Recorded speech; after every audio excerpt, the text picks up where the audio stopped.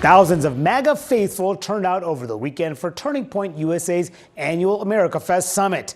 And it may indeed have been a turning point for the MAGA movement.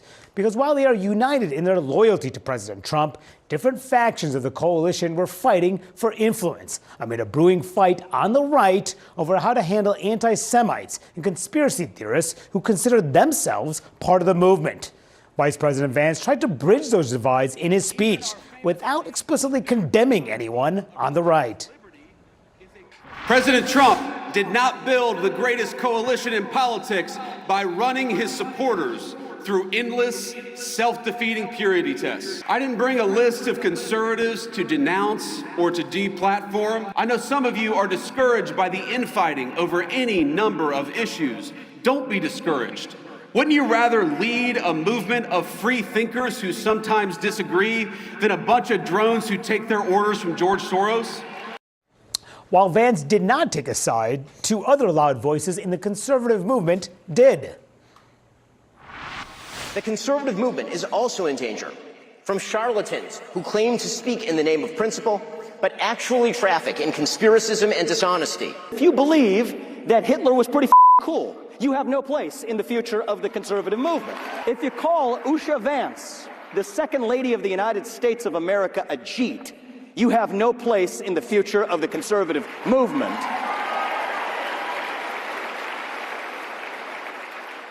And if you can't say those things without stuttering, then you have no place as a leader. Let me tell you what just happened at Turning Point USA's America Fest that should make everyone understand exactly where the MAGA movement is heading and who's being positioned to lead it into the future.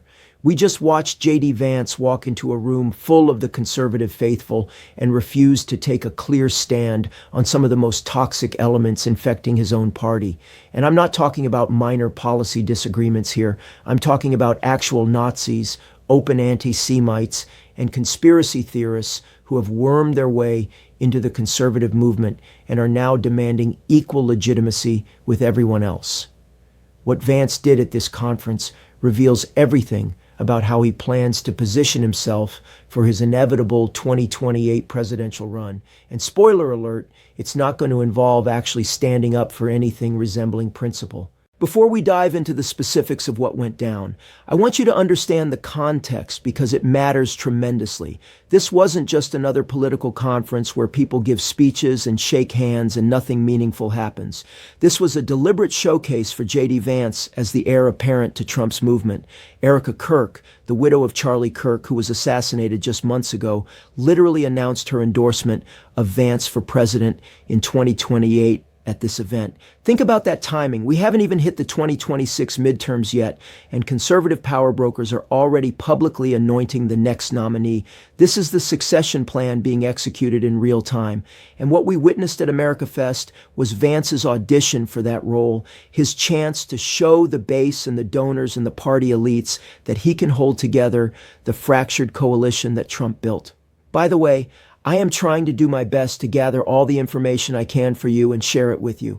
Please leave your likes and comments, and I would be grateful if you subscribed. Let's continue. Except here's the problem. That coalition is fracturing badly right now over some pretty fundamental questions about who gets to be part of the movement. And instead of providing clear leadership or drawing bright lines about what's acceptable and what isn't, JD Vance decided to play both sides. He tried to be everything to everyone. He attempted to walk a tightrope between the different factions without actually committing to anything or condemning anyone. And what that reveals is someone who cares more about maintaining power than about standing for anything real. Let's start with what Vance actually said because his words matter even when they're carefully designed to avoid saying anything concrete. He got up on stage and told the crowd that Trump didn't build the greatest coalition in politics by running supporters through endless self-defeating purity tests. He said he didn't bring a list of conservatives to denounce or deplatform. He told people not to be discouraged by infighting and asked whether they'd rather lead a movement of free thinkers who sometimes disagree than a bunch of drones who take orders from George Soros. On the surface, that sounds like a call for big tent politics and tolerance for different viewpoints within the conservative movement. But what it actually represents is a refusal to draw any meaningful lines about what should be unacceptable. Because here's the thing. Other voices at this same conference were willing to say explicitly what Vance would not. Vivek Ramaswamy got up and stated clearly that the conservative movement is in danger from charlatans who traffic in conspiracism and dishonesty. He said that if you believe Hitler was pretty cool, you have no place in the future of the conservative movement. He said that if you call Usha Vance, the second lady of the United States, a slur, you have no place in this movement. And he said that if you can't say those things without stuttering, you have no place as a leader. That's taking a stand. That's drawing a line. That's saying there are certain things that disqualify you from participating in mainstream politics, regardless of how many votes you might bring to the table. But JD Vance didn't say any of that. He couldn't even defend his own wife as forcefully as Vivek Ramaswamy did. Think about how pathetic that is for a second. Another politician had to stand up and tell a room full of conservatives that calling the vice president's wife racist slurs is unacceptable because Vance himself wouldn't do it on that stage. He's defended her in smaller settings, in podcast interviews that don't get as much attention. But when he had the national spotlight at one of the biggest conservative gatherings of the year, he chose not to make that defense. He chose not to draw that line. He chose to keep the door open for the people who've been attacking his wife because he's more worried about alienating a portion of his base than about standing up for his own family. That tells you everything you need to know about JD Vance's character and his priorities. He's not a leader. He's a politician in the worst sense of that word. He's someone who will sacrifice anything, including his own dignity and his wife's dignity, if he thinks it'll help him accumulate more power. And that's who conservative elites have decided should be the next president. That's who Erica Kirk endorsed. That's who the Turning Point USA machine is getting behind. A man who won't even defend his own wife when she's being subjected to racist attacks because he's afraid of losing support from the racists. Now let's talk about what this conference revealed about the state of the MAGA movement more broadly, because there are real fissures opening up that no amount of careful rhetoric can paper over. You had multiple speakers addressing the growing problem of anti-Semitism and Nazi sympathizers who consider themselves part of the conservative coalition. You had debates about foreign policy, particularly regarding Israel. You had arguments about how to handle conspiracy theorists and extremists who want equal legitimacy with mainstream conservatives. These aren't small disagreements about tax rates or regulatory policy. These are fundamental questions about the soul of the movement and who gets to be part of it. And on every single one of these questions, JD Vance chose evasion over clarity. He chose political calculation over moral leadership. He positioned himself as Switzerland, trying to avoid taking sides in internal disputes so he doesn't alienate any potential voters. But that's not leadership. That's cowardice dressed up as pragmatism. And it's exactly what we should expect from someone who's already proven he'll say anything and betray any previous position if he thinks it'll advance his political career. Remember, this is the same JD Vance who wrote a best-selling book criticizing Trump and calling him potentially America's Hitler. This is the same guy who said Trump was cultural heroin and reprehensible. And then the moment he decided he wanted political power, he completely reversed himself and became one of Trump's most loyal defenders. He didn't have a genuine change of heart based on new information. He made a calculated decision that his path to power ran through Trump's movement, so he abandoned every principle he'd previously claimed to hold. And now we're watching him do the same thing with these extremist elements in the party. He knows they're toxic. He knows they're dangerous. But he also knows they represent votes and energy and money, so he's not going to alienate them by drawing clear lines about what's unacceptable. Let's look at some of the other voices that were amplified at this conference because they paint a picture of exactly what Vance is refusing to condemn. You had speakers saying that hurting white men because they're white men is racism that's precisely as bad as anti-Semitism, but much more widespread and damaging. You had people calling Ben Shapiro a cancer that spreads. You had Don Trump Jr. saying he keeps hearing that diversity is our strength, but he's not so sure. You had explicit racist dog whistles, including Vance himself calling Congresswoman Jasmine Crockett a fake street girl and referring to Minneapolis as Mogadishu. These aren't subtle policy disagreements. These are open expressions of white grievance politics and racial resentment. And JD Vance was right there participating in it while simultaneously trying to maintain plausible deniability by not explicitly endorsing the most extreme versions. He's trying to have it both ways. He wants to appeal to the hardcore white nationalist faction without saying anything so explicit that it can be used against him in a general election. He wants to keep the extremists energized and engaged while maintaining enough distance that he can claim he's not one of them. But here's what Vance and his strategists don't seem to understand, or maybe they understand perfectly and just don't care. You can't build a sustainable political movement on this foundation. You can't keep extremists and mainstream voters in the same coalition indefinitely. Eventually, you have to choose. Eventually, the contradictions become impossible to manage. And when that moment comes, leaders who've spent years refusing to take clear stands suddenly find themselves unable to control the forces they've been courting. We've seen this movie before. We watched the Republican Party spend decades using dog whistles and coded language to appeal to racists while pretending they weren't doing that. We watched them mainstream conspiracy theories and extremist rhetoric in the service of short-term political gains.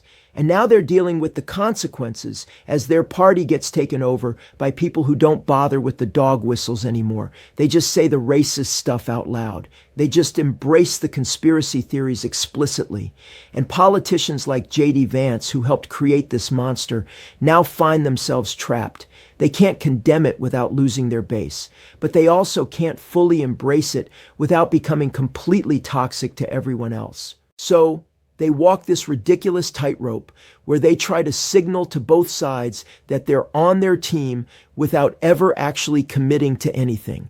And what you get is exactly what we saw at America Fest. A vice president who can't defend his own wife, a potential presidential candidate who won't say whether Hitler being cool should disqualify you from the movement, a leader who's more worried about passing purity tests than about actually standing for anything. The reporting from this conference makes clear that this tightrope act isn't working. The headlines that came out were all about Vance trying to navigate MAGA infighting, walking a tightrope on Israel debates, struggling to manage battles over free speech and anti-Semitism. Nobody came away thinking he provided clear leadership. Nobody left feeling like he'd resolved these tensions or charted a path forward. Instead, everyone just saw a politician desperately trying not to offend anyone, which paradoxically ends up meaning you stand for nothing. And here's the kicker. Despite all of this careful positioning, despite bending over backwards to avoid alienating any faction, recent polling shows that only 22% of people want JD Vance to be the Republican nominee in 2028. 64% say they don't have a preference yet, which suggests Vance hasn't closed the deal despite being the designated heir apparent.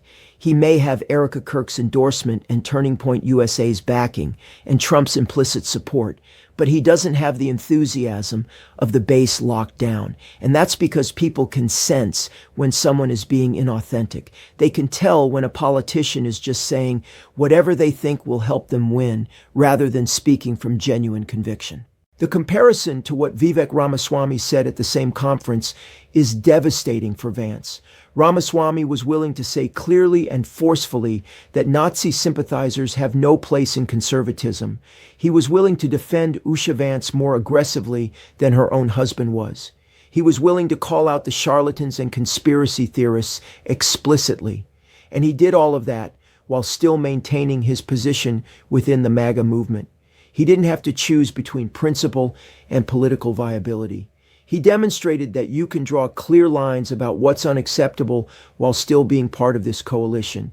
But JD Vance either doesn't believe that or doesn't have the courage to try it. Let's talk about some of the specific rhetoric that came out of Vance's speech because it deserves scrutiny. He said that America is and always will be a Christian nation. He said Christianity is America's creed. He told the audience that you don't have to apologize for being white anymore. These are not subtle statements. These are explicit appeals to Christian nationalism and white identity politics. He's not dog whistling. He's saying this stuff directly to an audience he knows, will respond to it enthusiastically. And that's the game Vance is playing. He won't condemn the extremists because he needs their votes and energy, but he will use their language and signal his sympathy with their worldview because he knows that's what keeps them engaged. He's trying to mainstream their rhetoric while maintaining plausible deniability about whether he actually agrees with their most extreme positions. It's a cynical strategy that treats voters like they're too stupid to see what he's doing. The attacks on Jasmine Crockett and the reference to Minneapolis as Mogadishu are perfect examples of this. These are racist dog whistles, barely disguised as political commentary. Calling a black congresswoman a fake street girl is meant to delegitimize her by suggesting she doesn't belong in Congress, that she's playing at being something she's not, that she's somehow inauthentic. It's a way of attacking her that's coded in racial and class resentment without explicitly saying anything that could be definitively called racist. Similarly, comparing an American city with a large Somali immigrant population to Mogadishu is a way of suggesting that immigration and diversity are destroying American cities without having to make that argument explicitly. Vance knows exactly what he's doing with this language. He's been in politics long enough, and he's smart enough to understand how these dog whistles work. He's making a calculated decision to use them because he believes they're effective at energizing his base without being so explicit that they'll tank him with general election voters. But here's the problem with that strategy. Every time you use language like this, you make it a little more acceptable. You normalize it a little more. You signal to the extremists that they're right and that their views are valid and that the only reason we can't say everything they believe out loud is because of political correctness and liberal sensibilities. And over time, that normalization process creates space for more and more extreme rhetoric until eventually you have actual Nazis showing up at your conferences and demanding equal treatment. That's what's happening at MAGA events now. That's what speakers at AmericaFest were grappling with. And JD Vance's response was essentially to shrug and say, we're a big tent party, we welcome free thinkers, I'm not going to run people through purity tests, which is just another way of saying that he's not going to draw any lines about what should be unacceptable, even when that means tolerating people who think Hitler had some good ideas. The irony here is thick enough to cut with a knife. Vance and other MAGA figures spent years complaining about cancel culture and political correctness and the left's supposed intolerance for different viewpoints. But when their own movement gets infiltrated by literal Nazis and open anti-Semites, suddenly they discover that maybe some purity tests are necessary after all, except they still won't actually implement those tests because they're more worried about losing votes than about maintaining any kind of moral standards. Think about what a spectacle this conference was. You had Erica Kirk walking out through sparklers in a glitter pantsuit 3 months after her husband was assassinated to endorse the next president. You had JD Vance refusing to defend his own wife as aggressively as other speakers did. You had multiple people debating whether Hitler's sympathizers should be welcome in the conservative movement. You had explicit racist rhetoric aimed at members of Congress and American cities. And all of this was treated as normal political discourse at one of the premier gatherings of conservative activists. This is where we are. This is what the Republican Party has become. And JD Vance, the man being positioned as the next leader of this movement, demonstrated at AmericaFest that he has no intention of changing course. He's going to keep walking this tightrope, trying to appeal to everyone, refusing to draw clear lines, using coded racist language while pretending he's just engaging in legitimate political debate. And conservative elites are apparently fine with this because they've already decided he's their guy for 2028. But I want to come back to something really important that came out in the reporting about this event. Multiple journalists noted that Vance's strategy of trying to be Switzerland isn't working. The party is fracturing along multiple lines, including foreign policy, anti-Semitism, and how to handle extremists. And trying to avoid taking sides on these questions doesn't make you look like a unifying figure. It makes you look weak and unprincipled. It makes you look like someone who doesn't actually believe in anything strongly enough to risk alienating potential supporters. That's the fundamental problem with Vance's approach. Leadership requires making hard choices. It requires saying this is acceptable and this isn't, even when that means some people are going to be angry with you. It requires standing for something concrete rather than trying to be all things to all people. But Vance has demonstrated over and over that he's unwilling or unable to provide that kind of leadership. He's a weather vane, constantly adjusting his positions based on which way he thinks the political wind is blowing. And voters can sense that. They might not be able to articulate exactly what bothers them about him, but they can tell there's something hollow at the center. That's why even with all the institutional support he's receiving, even with Erica Kirk's endorsement and Turning Point's backing and Trump's implicit blessing, he's still polling at just 22% for the 2028 nomination. People aren't excited about JD Vance. They're not inspired by him. They see him as the establishment choice being shoved down their throats rather than as someone who genuinely represents their interests or values. The contrast between what Vivek Ramaswamy was willing to say and what JD Vance said is so stark, it's almost funny, except there's nothing funny about any of this. One politician had the guts to say that Hitler sympathizers don't belong in the conservative movement. The other politician couldn't even manage that bare minimum standard of human decency. And guess which one is getting Erica Kirk's endorsement and the institutional backing for 2028? It's not the one who showed actual principle. That's the state of Republican politics right now. Courage is punished. Principle is seen as a liability. And the way to succeed is to avoid ever taking a stand on anything that might cost you votes from any segment of the coalition, no matter how toxic that segment might be. JD Vance has mastered that approach. He's the perfect vehicle for a party that has completely abandoned any pretense of standing for coherent values beyond acquiring and maintaining power.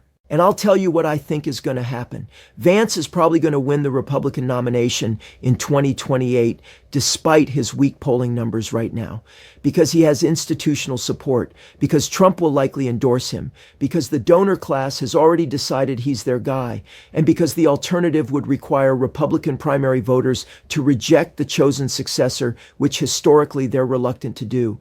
But I also think he's going to struggle badly in a general election because his refusal to take clear stands and his obvious lack of authentic conviction are going to be massive liabilities once he's facing a Democratic opponent who can hang all of this extremist rhetoric around his neck. You can't spend years courting Nazis and racists and conspiracy theorists without that eventually becoming a political anchor. You can't keep walking this tightrope without eventually falling off. And when Vance does fall, when all of his careful non-answers and evasions get compiled into devastating attack ads, when his failure to defend his own wife gets played on loop, when his racist dog whistles get translated into plain English for suburban voters who aren't tuned into MAGA media, he's going to discover that his strategy of trying to appeal to everyone actually means you end up appealing to no one outside your shrinking base. But even if I'm wrong about that, even if Vance somehow manages to win in 2028, America will be getting exactly what this conference previewed: a president with no core convictions, a leader who won't take stands on principle, someone who views politics purely as a game of accumulating power rather than as a means of serving the public good. And that should terrify everyone regardless of political affiliation, because that's how democracies die. Not with a bang, but with a whimper, as unprincipled leaders gradually erode every norm and institution that makes democratic governance possible in pursuit of their own advancement. America Fest was supposed to be JD Vance's coronation. Instead, it revealed all of his weaknesses, all of his cynicism, all of the contradictions he's going to have to navigate if he wants to lead this fractured movement. And while he walked away with Erica Kirk's endorsement and some positive press from conservative media, what he didn't get was the one thing he actually needs: genuine enthusiasm and support from voters who believe he'll actually fight for something beyond his own career. That's not something you can manufacture through careful political positioning and institutional backing. That's something that requires authentic leadership. And everything we saw at America Fest demonstrated that JD Vance is many things, but authentic isn't one of them.